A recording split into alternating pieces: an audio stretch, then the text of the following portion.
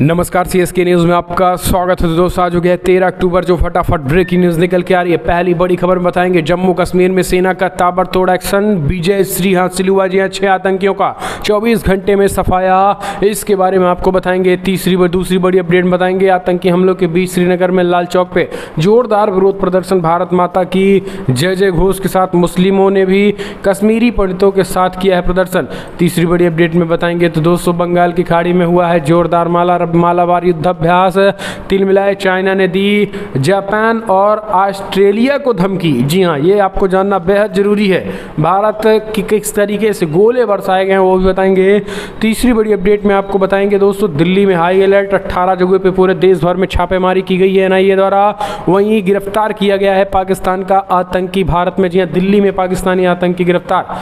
चौथी बड़ी अपडेट निकल के आ रही है तो दोस्तों, फिलहाल एक हफ्ते में अलकायदा ने जारी किया दूसरा वीडियो। कश्मीर को बताया अपना, जी हाँ, कश्मीर को बताया, कहा कश्मीर हमारा है, और बाबरी का भी जिक्र किया है। आखिर क्या कुछ है अलर्ट भारत के लिए, वो भी जानना बेहद जरूरी है। और इस बीच बड़ी खबर निकल के आ रही है तो दोस्तों, पाकिस्तान में कंगालिस्तान में हालत खस्ता हाल हो चुकी है। इस बीच आपको बता दें कि इमरान खान के मंत्री का अजीबोगराम, बोले खाना मत खाओ। जी हाँ, कंगाली इतनी बढ़ गई कि खाना ही मत खाओ। तो एक एक करके खबरें आपको विस्तार से बताएंगे। जहाँ पे भारत सरकार ने टेस्ला, जी हाँ, एलन मस्क को दी चेतावनी, बोले चीन में सामान बना यहाँ बेचने की होशियारी ना करना। इसके बारे में भी आपको बताएंगे। और इस बीच भारत की बंगाल की खाड़ी में मौजूद द्वीप पर बसेंगे रोहिंग्या शरणार्थी। यूएन और बांग्लादेश सरकार ने क्या कुछ समझौता किया वो भी आपको जानना जरूरी है। तो एक एक करके आपको विस्तार से बताएंगे। जहाँ पे लोकसभा स्पीकर ने पाकिस्तान सीनेट चेयरमैन को भारत आने का न्योता भेजा है। जी हाँ, क्या दोस्ती की तरफ कदम बढ़ रहा है भारत और पाकिस्तान का, ये भी आपको बताएंगे, एक एक करके जानेंगे। लेकिन उससे पहले एक छोटा सा निवेदन, अगर आपने चैनल को सब्सक्राइब नहीं किया तो पल पल के अपडेट के लिए चैनल को सब्सक्राइब कर। दरअसल पहली बड़ी अपडेट निकल के आ रही है। जम्मू कश्मीर में 24 घंटे में 6 आतंकियों का सफाया। 5 जवानों की शहादत के बाद 24 घंटे में सेना ने लिया बदला। टीआरएफ के कई आतंकियों का हुआ सफाया। जम्मू कश्मीर में आतंकियों के खिलाफ सेना का ऑल आउट ऑपरेशन जारी है। बीते 24 घंटे में सुरक्षा बलों ने जम्मू कश्मीर में 6 आतंकियों को मार गिराया। इनमें से कुछ आतंकी हाल ही में हुई आम नागरिकों की हत्या में शामिल हुए थे। हालांकि इस ऑपरेशन के दौरान एक जेसीओ समेत सेना के 5 जवान भी शहीद हो गए हैं। पुलिस के मुताबिक पिछले 30 घंटों में सुरक्षा बलों और आतंकियों के बीच 5 बार मुठभेड़ हो चुका है। दरअसल अनंतनाग में सोमवार सुबह एनकाउंटर में सेना ने एक आतंकी को मार गिराया था। फिर बांदीपोरा में एनकाउंटर में मार गिराया। फिर शोपिया में एनकाउंटर हुआ, जहाँ पे यहाँ पे भी मार गिराया।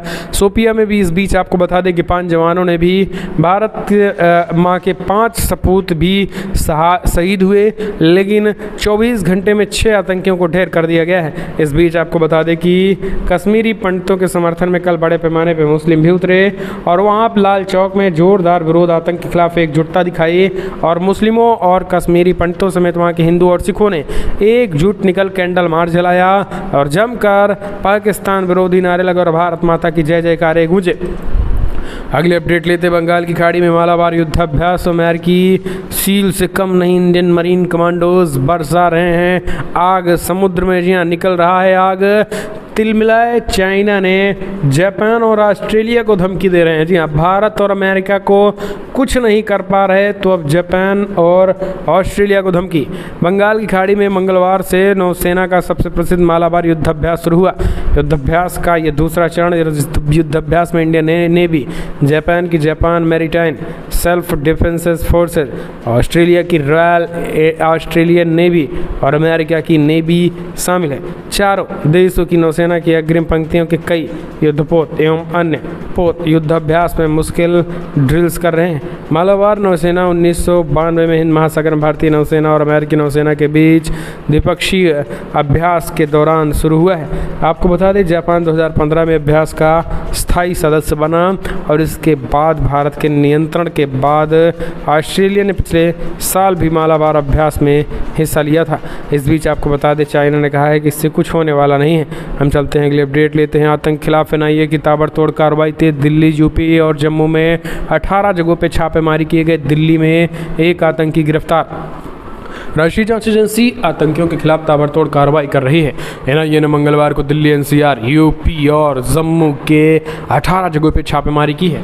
आतंकी संगठनों के ओवरग्राउंड नेटवर्क ने ताबड़तोड़ कार्रवाई की है। आपको बता दें कि इस कार्रवाई पर नकेल कसने के लिए मध्य कश्मीर में कई स्थानों को एनआईए निशाना बना रही है। एनआईए ने दिल्ली और यूपी में छापे मारे हैं। इसके अलावा कश्मीर घाटी में 16 स्थानों पर छापेमारी की गई है। इस छापेमारी के बाद दिल्ली से बड़ी खबर निकल के आई, जहां पे भारत में 10 साल से रह रहे आतंकी पाकिस्तानी आतंकी नकली पहचान पत्र के साथ गिरफ्तार कर लिया गया। दिल्ली पुलिस की स्पेशल सेल की बड़ी कामयाबी मिली और इस बीच दिल्ली के लक्ष्मी नगर के रमेश पार्क में पाकिस्तान आतंकी गिरफ्तार किया गया है। ये बड़ी खबर निकल के आ रही है। आपको बता दें, आईएसआई ने दिल्ली समेत पूरे देश में हमले के लिए आतंकी की ट्रेनिंग दी थी और उसके कब्जे से AK-47, हैंड ग्रेनेड समेत कई हथियार बरामद किए गए और स्पेशल सेल के आतंकी से पूछताछ भी हुई। आतंकी फर्जी आईडी से दिल्ली के शास्त्री नगर में रह रहा था। अगली अपडेट एक और बड़ी खबर निकल के आ रही है। तो दोस्तों, गंभीर रूप ले सकता है भारत चीन के बीच तनाव। ड्रैगन की बौखलाहट की वजह आपको विशेषज्ञों ने बताया। ड्रैगन की बौखलाहट की वजह, दरअसल जानकारों का मानना है कि आने वाले दिनों में भारत व चीन में तनाव और गंभीर होगा। देश के प्रमुख रणनीतिक विश्लेषक ब्रह्मा चेलानी ने कहा है कि फिलहाल समूचे हिंद प्रशांत में हिमालय का क्षेत्र सबसे खतरनाक बन गया है। चीन की तरफ से सीमा में घुसपैठ करने के 17 महीनों बाद भारत का संयम भी कम होता जा रहा है, क्योंकि चाइना बातचीत के बहाने ज़मीन कब्जा करने में जुटा हुआ है। चेलानी ने यह भी दावा किया है कि भारत ने पहली बार ज़मीन कब्जा करने में जुटा हुआ है। चेलानी ने यह भी कहा है कि भारत ने पहली बार चीन की आक्रामकता को सही तरीके से पेश किया है। भारत के पूर्व विदेश सचिव कमल सिब्बल ने कहा है कि वार्ता में गतिरोध साफ तौर पर दिख रहा है। माहौल काफ़ी ख़राब हो गया है। भारत को दलाई लामा और ताइवान को लेकर सोची समझी रणनीति के साथ आगे बढ़ने की ज़रूरत है और कई विशेषज्ञों ने भी ये चिंता जताई कि इस बार सर्दियों का मौसम भारत और चीन के संबंधों के हिसाब से पिछले वर्ष के मुकाबले ज़्यादा। हम चलते हैं अगली अपडेट। अफगानिस्तान में G20 की अहम बैठक में गरजे पीएम मोदी। अंतर्राष्ट्रीय समुदाय से एकजुट होने की अपील की तो तालिबान को दी नसीहत। अफगानिस्तान में हालात को लेकर मंगलवार को होने वाले G20 नेताओं के शिखर सम्मेलन में प्रधानमंत्री मोदी भी शामिल हुए। वर्चुअल माध्यम से हुए इस सम्मेलन में तालिबान द्वारा सत्ता का नियंत्रण हासिल करने के बाद युद्धग्रस्त क्षेत्र में देश में बनी स्थिति पर व्यापक विचार विमर्श हुआ है।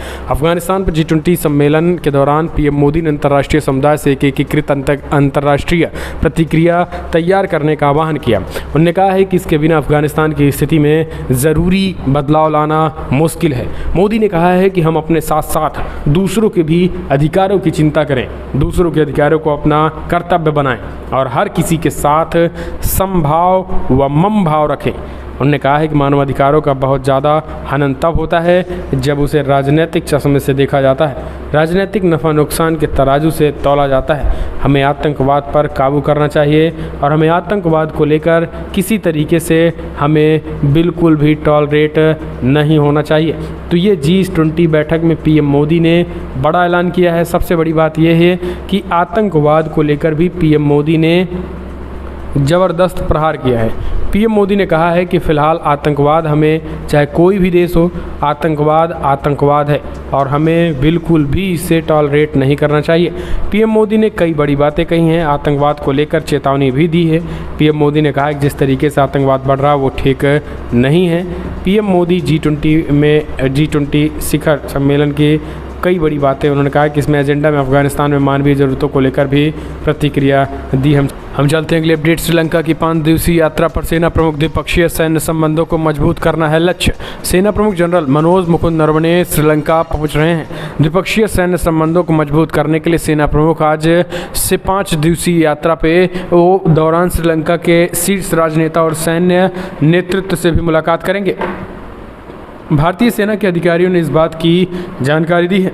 रिपोर्ट्स के मुताबिक भारतीय सेना प्रमुख मनोज मुकुंद नरवणे श्रीलंका के अपने समकक्ष जनरल सवेंद्र सिल्वा के निमंत्रण पर 5 दिवसीय यात्रा पर श्रीलंका पहुंच चुके हैं। श्रीलंकाई नौसेना सोमवार को इस बात की जानकारी दी है।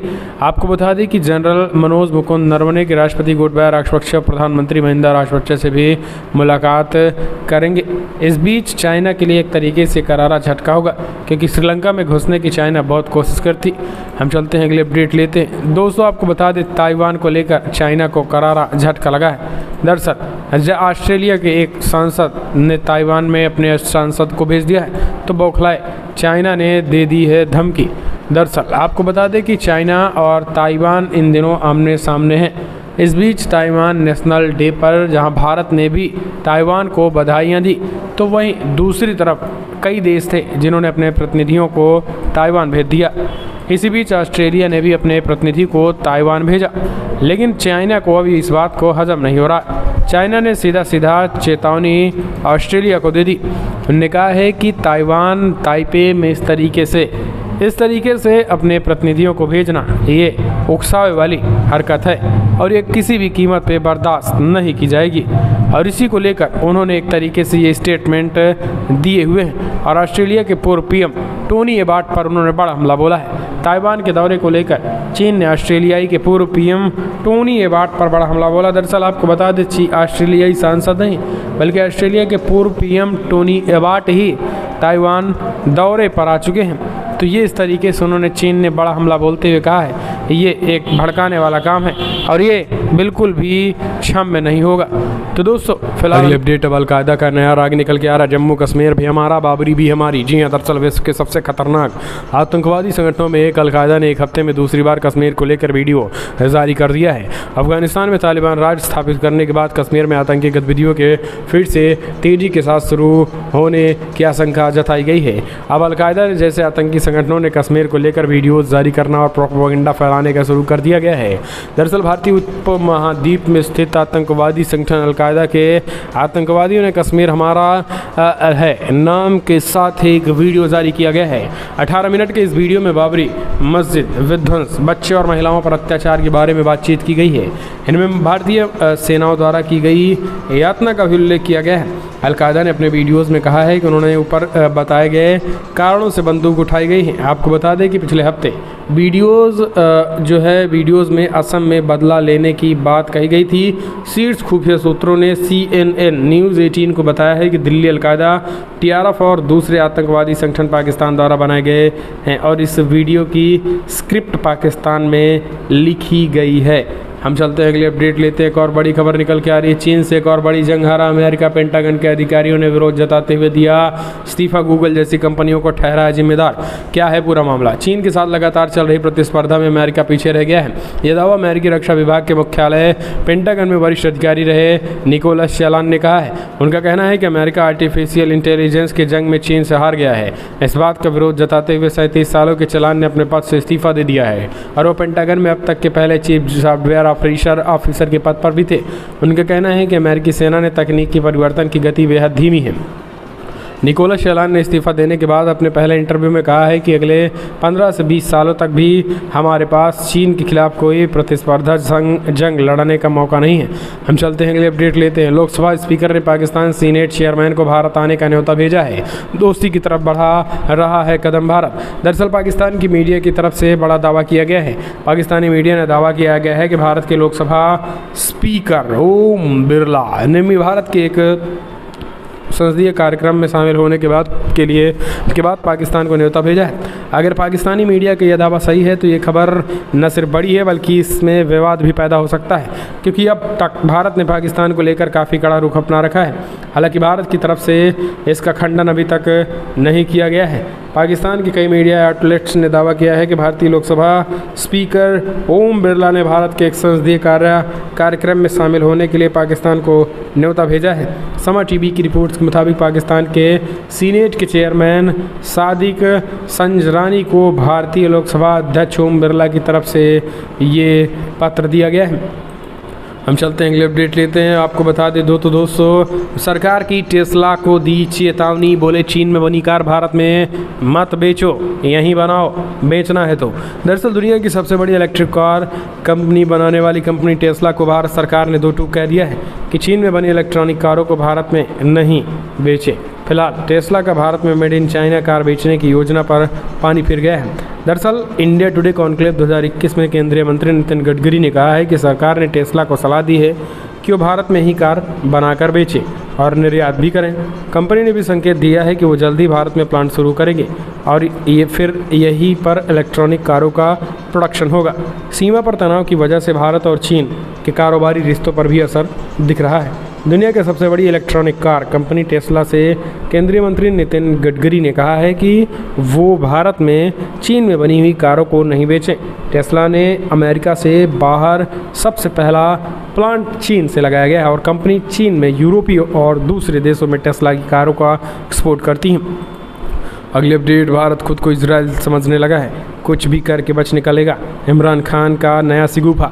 पाकिस्तान के पीएम इमरान खान इजराइल और भारत को करीब दोस्त बताया है और उन्होंने कहा है कि इजराइल का दौरा करने के बाद ही पीएम मोदी ने साल 2019 में कश्मीर को लेकर इतनी बड़ी नीति लागू की थी। इमरान खान ने 11 अक्टूबर को मिडिल ईस्ट आई को दिए इंटरव्यू में अफगानिस्तान, भारत, इजराइल और अमेरिका के संबंधों को लेकर कई सवाल के जवाब दिए। दरअसल पाकिस्तान के पीएम इमरान खान से इंटरव्यू में सवाल किया गया कि फ़लस्तीन और कश्मीर की स्थिति मिलती जुलती है, ऐसे में भारत और इजराइल की दोस्ती कितनी खतरनाक है।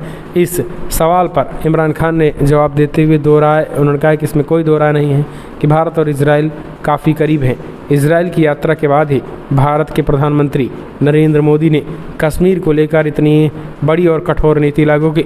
इमरान खान ने कहा है कि ये मतलब निकाल सकते हैं कि उनके इसका इशारा इजराइल से मिला था, क्योंकि इजराइल भी कुछ ऐसा ही कर रहा है और इनमें कुछ मजबूत तंत्र बनाया हुआ है। हम चलते हैं अगले अपडेट। बंगाल की खाड़ी में मौजूद द्वीप पर बसेंगे रोहिंग्या शरणार्थी। यूएन और बांग्लादेश सरकार ने किया समझौता। दरअसल संयुक्त राष्ट्र और बांग्लादेश की सरकार ने बंगाल की खाड़ी में एक द्वीप पर रोहिंग्या शरणार्थी की मदद के लिए मिलकर काम करने के एक समझौते पर हस्ताक्षर किए। म्यांमार सीमा के पास बने कैंपों में रहने वाले हजारों लोगों को इस द्वीप पर स्थानांतरित किया गया है। दरअसल बांग्लादेशी सरकार ने 19,000 से अधिक रोहिंग्या को पहले ही भाषण 4 द्वीप पर रिलोकेट किया है। संयुक्त राष्ट्र ने कहा है कि समझौते पर हस्तक्षेप करने की मुख्य वजह इस आबादी के लिए सेवाओं को शुरू करना है।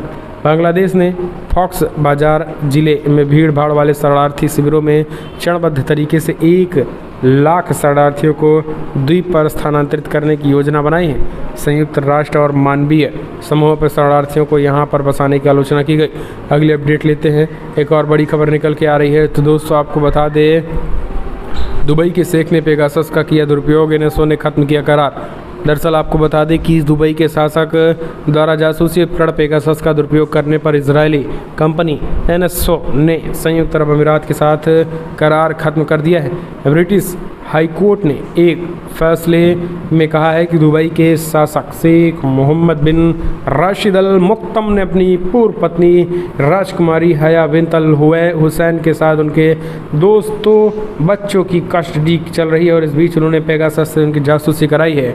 इस वजह से एनएसओ ने पूरी तरीके से करार ही खत्म कर लिया। अगली अपडेट, घरेलू उड़ानों पर 15-18 अक्टूबर से पूरी तरीके से हटेंगी पाबंदियां, सरकार ने दिए निर्देश। जी हाँ, दरअसल आपको बता दें, देश में कोरोना के मामलों में कमी को देखते हुए नागरिक विमानन उड्डयन मंत्रालय ने 18 अक्टूबर से घरेलू व्यावसायिक उड़ानों में यात्रियों की क्षमता को लेकर लागू पाबंदियां हटाने का आदेश दे दिया है। इनमें उड़ानों का संचालन पूरी क्षमता से साथ किया जाएगा। इसका अर्थ ये है कि वो अभी भी उपलक्ष्य सीटों में 100% बुक कर सकते हैं। हालांकि इस दौरान कोविड-19 प्रोटोकॉल का पालन करना होगा। नया आदेश सोमवार 18 अक्टूबर से प्रभावी हो जाएगा। हालांकि एयरलाइंस और हवाई अड्डा संचालकों को मंत्रालय ने कहा है कि सुनिश्चित करें कि कोरोना के प्रसार को रोकने के लिए दिशा निर्देशों को सख्ती से पालन किया जाए। अगली अपडेट, एक और बड़ी खबर निकल के आ रही है। एनएचआरसी के स्थापना दिवस पर पीएम मोदी ने विपक्ष में तमाम उन ढोंगियों पर बोला बड़ा हमला जो मानवाधिकारों की बात करते हैं। दरअसल प्रधानमंत्री मोदी राष्ट्रीय मानवाधिकार आयोग एनएचआरसी के 28वें स्थापना दिवस पर आयोजित कार्यक्रम को संबोधित कर रहे थे। इस कार्यक्रम में अमित शाह भी शामिल हुए थे। प्रधानमंत्री मोदी ने अपने संबोधन में बिना किसी का नाम लिए विरोधियों पर निशाना साधा। साथ ही उन्होंने कहा है कि मानवाधिकार के नाम पर कुछ लोग देश की छवि खराब करने की कोशिश कर रहे हैं। इसके अलावा पीएम ने ट्रिपल तलाक, महिला सुरक्षा, कोरोना काल में प्रवासियों की मदद सहित तमाम मुद्दों पर अपनी राय रखी है।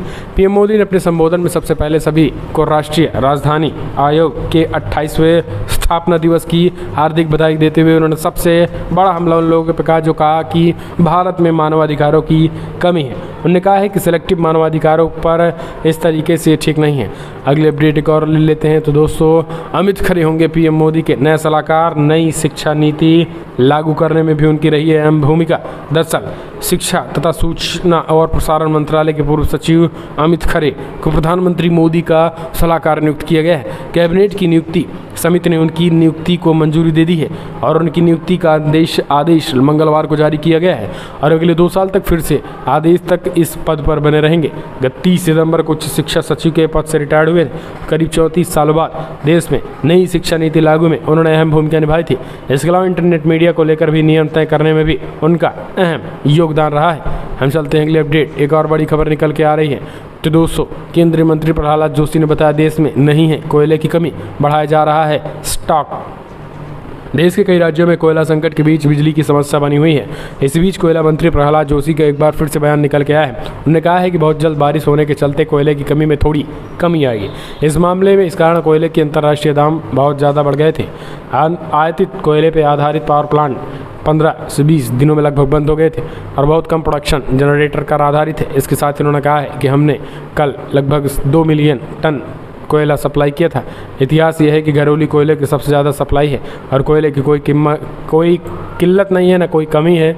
कोयला पर्याप्त मात्रा में है, हमें टेंशन लेने की कोई ज़रूरत नहीं है। अगली अपडेट लेते हैं। प्रियंका गांधी, खून से भरा दामन तुम्हारा, नहीं चाहिए साथ तुम्हारा। खमे लखीमपुर के रास्ते में सिख समाज ने प्रियंका गांधी के खिलाफ लगाए होर्डिंग्स। जी दरअसल आपको बता दें कि कांग्रेस महासचिव प्रियंका गांधी लखीमपुर खीरी का दौरा करने जा रही हैं, लेकिन उनके दौरे के विरोध में लखीमपुर के रास्ते में सिख समाज के लोगों ने कई होर्डिंग्स लगाए जिन पर 1984 के सिख दंगों से जोड़कर नारे लिखे गए।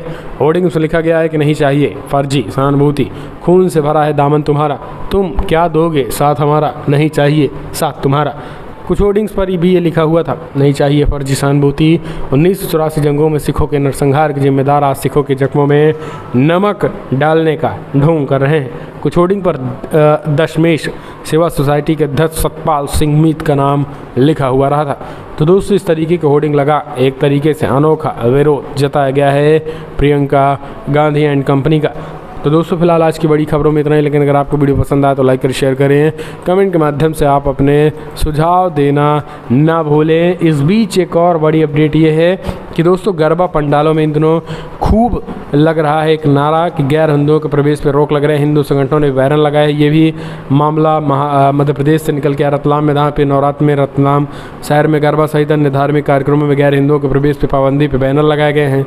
गरबा पंडालों में विश्व हिंदू परिषद धर्म प्रसार अभियान के कार्यकर्ताओं गैर हिंदुओं के निषेध पर बैन लगा दिया है और इसमें मामला गरमा गया है, क्योंकि आपको बता दें कि इनमें कई मुस्लिम लोग भी घुस जाते थे और हिंदू लड़कियों से छेड़छाड़ करते थे। इस वजह से इस तरीके के प्रांगण में लगाए गए हैं। तो दोस्तों, फिलहाल इस वीडियो